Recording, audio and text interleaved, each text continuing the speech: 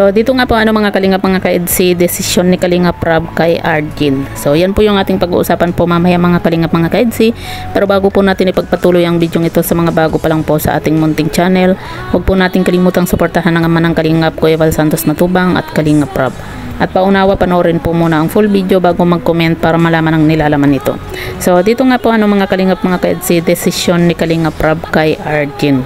Nung nakaraang vlog or anong nakaraang live nga po ni Kalingap Rab dito nga po about nga po dito kay Arjen, kung ipapasok na po ba niya itong si Arjen bilang Kalingap Angel or hindi pa.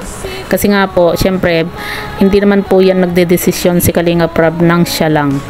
Dahil kumaga tinatanong din po muna niya yung mga viewers kung payag ba or hindi.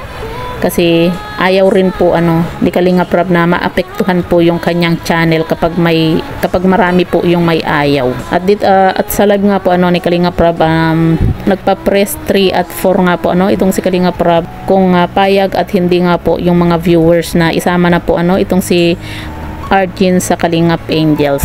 Press 3 po sa mga may gusto na na ipasok na po itong si Arjen sa Kalingap Angel, at press 4 naman po sa mga ayaw.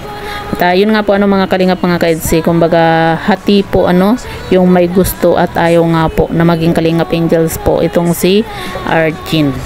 Kaya naman na undecided pa po itong si Kalingap Rab patungkol nga po diyan.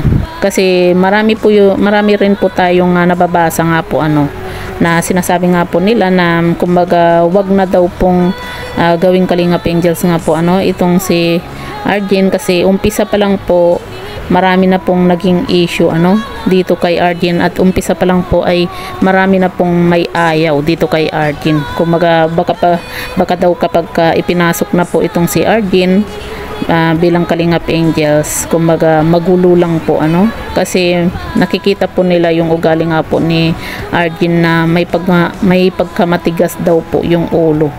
Kumbaga ibang-iba daw po itong si Arjen kay Carla nga po. Kasi si Carla, pansin naman po natin na talagang sumusunod po siya sa mga rules, at wala po tayong narinig din po kay Carla nang hindi po maganda tungkol po sa kanya. Pero dito po kasi kay Arjen mga kalingap ang ka-EDC, marami na po yung may ayaw. Pero sabi nga po ni Kalingap Rab, siguro gawin niyang Kalingap Angels itong si Arjen sa batch 3 na po siguro. Kasi nga po hati pa po yung may gusto at may ayaw. Kaya undecided pa po itong si Kalingap Rab patungkol nga po dito. So kayo po mga kalingap, kung kayo po yung tatanungin, ano po yung masasabi nga po ninyo patungkol po dito, i-comment nyo lang po sa ibaba at babasahin po natin isa-isa.